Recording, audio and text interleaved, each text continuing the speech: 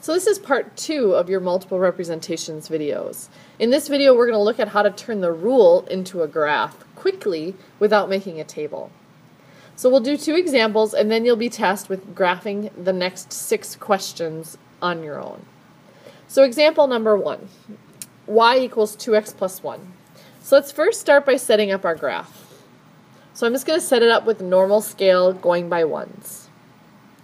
The next thing I need to remember is the rule and the form of the rule that I can use that works every single time. And here's the number 1 thing we need to remember. In the rule y equals something x plus something, this number, the second number being added, is always figure 0. That's my starting point. If I were to draw pictures, I would draw figure 0 and then I would draw the next one and so on. So you're always going to start with figure 0. The next number is always your growth. So when I look at this first rule, 2x plus 1, I see the 1 and I know that's figure 0. So I'm going to start by graphing figure 0.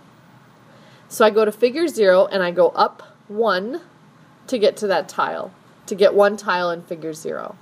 That's my first point on my graph. The next thing I need to do is draw the rest of my points using my growth.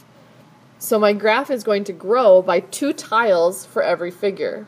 So I'm going to go over to figure 1 and then I'm going to walk up 2 tiles to get to 3 because the growth was 2. I continue doing this. I go over to the next figure and up 2 tiles. That is my figure number 2. And I could do this an infinite number of times. I could go over 1 tile and up over 1 figure, and up 2 tiles to get to my next one. I'm just walking over to the next figure and up 2 tiles. Once I have that, I'm going to erase all these little triangles I drew and I'm simply going to sketch my line. This is a graph of y equals 2x plus 1. We didn't have to make a table, so we saved ourselves a lot of time. Now you're going to try it again we'll try it again with example 2. Pause the video real quick. Think about, what does the 3 and the 4 represent in the rule 3x plus 4? What do those 2 numbers stand for? Do you know what they stand for? Well, before we get started, let's set up our graph. I decided to change my scale a little bit, mostly because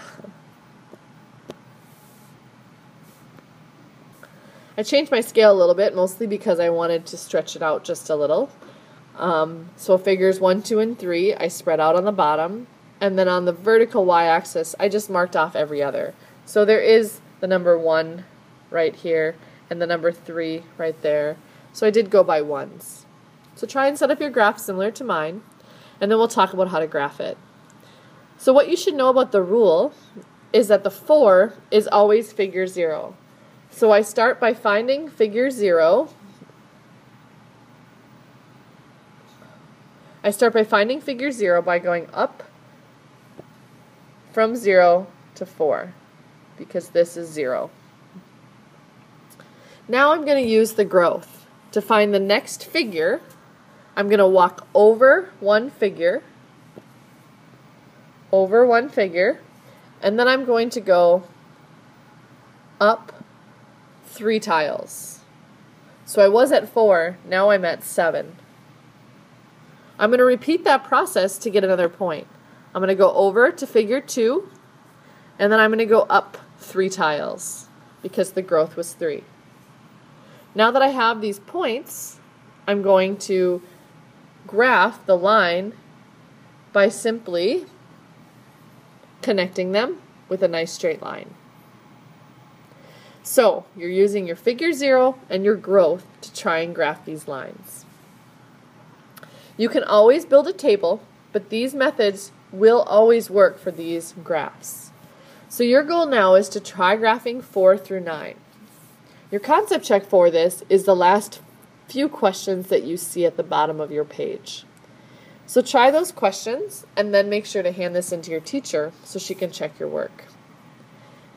Don't forget to ask lots of questions as you work if some of this doesn't make sense or if you need further explanation. Good luck and thanks for watching.